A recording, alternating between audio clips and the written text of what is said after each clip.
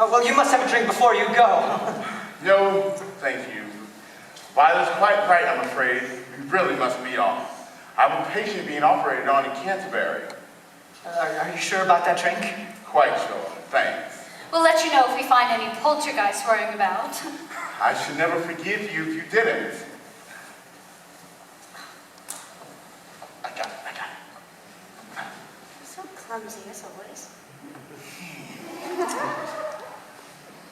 Mrs. Condomine, Charles, come along, my dear. Goodbye, Mr. and Mrs. Condomine.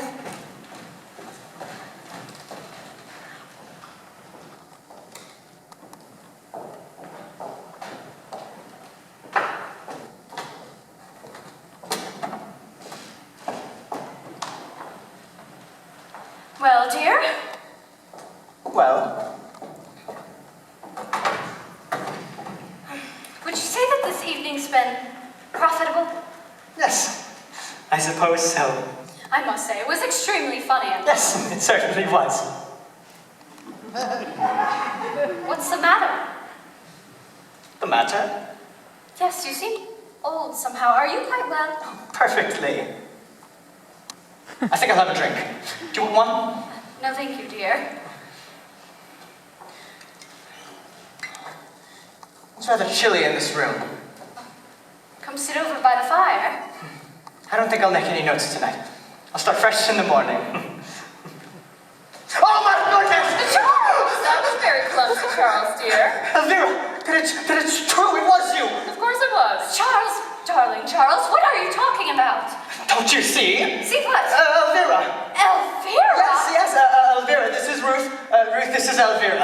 Come sit down, darling. Do you mean to say that you can't see her? Come sit down quietly by the fire and I'll mix you another drink. Don't worry about the mess on the carpet. Edith will clean it in the morning. But you must be able to see her. You must. She's standing right there. Look, in front of you there. Are you mad? What has happened to you?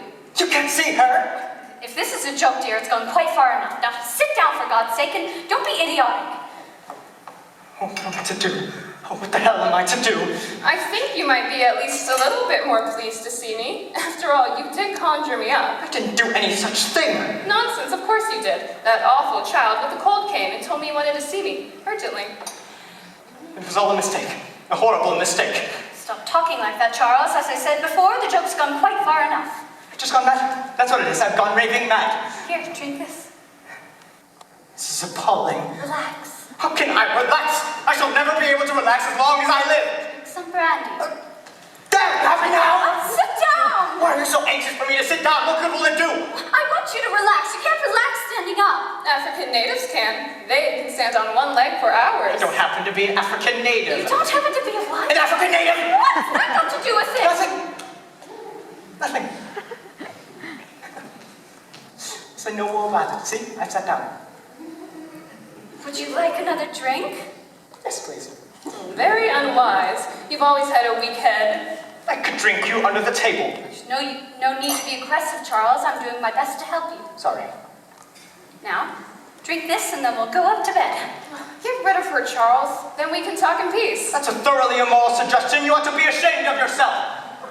What is there a moral in No, that? I wasn't talking to you, Ruth. Well, who are you talking to? Elvira, of course. To hell with Elvira! There now, she's getting cross. I don't blame her. What don't you blame her? Oh, I couldn't. Look here, Charles. I gather you have some sort of plan behind all this. I'm not quite a fool. I suspected you ever since we were doing that idiotic seance. Don't be silly. What plan could I have? I don't know. Something to do with the characters in your book or how one of them would react to a certain situation?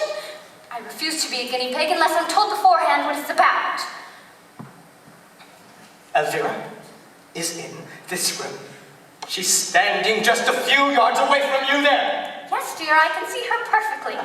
Under the piano with a theme. Oh, but Ruth, I'm not please. going to listen to this any longer. I'm going up to my room and I shall leave you to turn out the lights. I shan't be asleep. I'm too upset, so you can say goodnight to me if you feel like it. That's big of her, I must say. Be quiet. You're behaving like a gutter snake.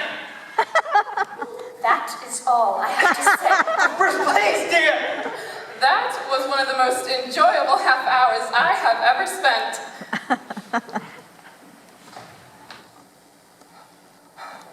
Oh, Elvira, how could you? Poor Ruth.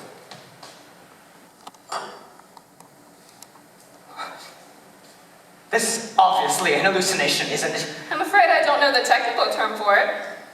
Where have you come from? Do you know, it's very peculiar, but I've sort of forgotten. Are you to be here indefinitely? I'm afraid I don't know that either. Oh my goodness. Why? Would you hate it so much if I was? Well, you must admit it's a little embarrassing. I don't see why, really. It's all a matter of adjusting yourself. Anyhow, I think it's horrid of you to be so unwelcoming and disagreeable. I don't mean to be disagreeable, Elvira, but try to see my point a little.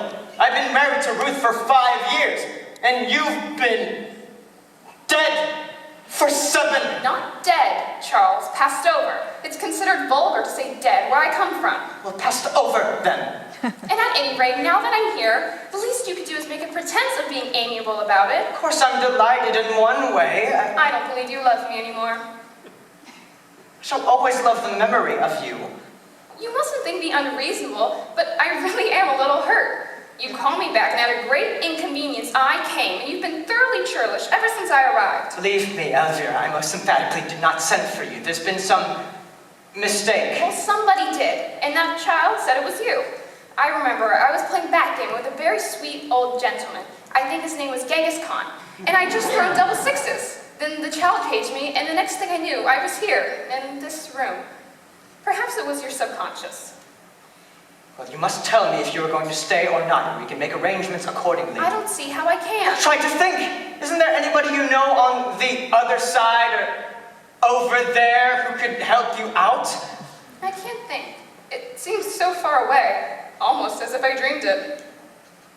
Oh, Elvira. What is it, darling? Well, it really is strange seeing you again. That's better. What's better? Your voice. It was kinder. Was I ever unkind to you when you were alive? Often. You were an absolute pig that time we stayed in that awful hotel in Cornwall. You hit me with a billiard cue. Only very, very gently. I loved you very much.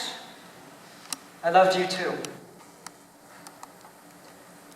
I suppose I shall wake up eventually, but I feel strangely peaceful now. That's right. Put your head back. Like that? Can you feel anything? Only a very slight breeze through my hair. It's better than nothing. I suppose if I'm really out of my mind, they'll lock me up in an asylum. Don't worry about that. Just relax. Poor Ruth. To hell with Ruth.